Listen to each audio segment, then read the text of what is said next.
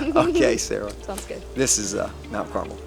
And this is the place where Elijah had that great contest.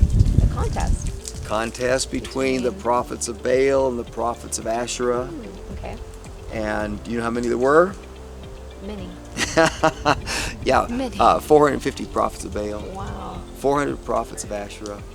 And of course, this is where they are worshiping a false god. Elijah felt like he was the only one. He said to God, I'm the only one left. He wasn't at all. But the people all went along. Why did they go along? Because the king allowed his wife, this is King Ahab, and his wife is Queen Jezebel. Her father was a king up in Phoenicia, very successful, very powerful, did a lot of building, had a lot of success as king. His daughter married Ahab, and so she really wanted to promote worship of the goddess Asherah. And so she took care of those folks and got rid of the prophets of Baal. She killed them.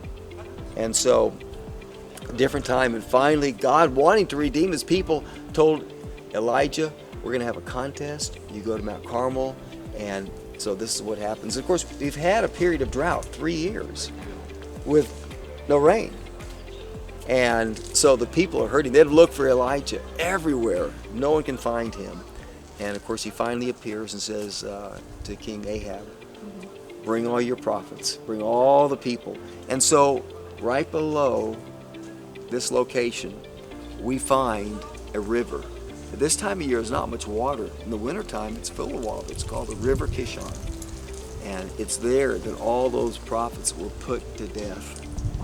And Elijah says, don't let anyone escape, because these are the prophets of Ahab and Jezebel. And of course, really you think, why would the people go that way? Why did they give up a true God to serve these?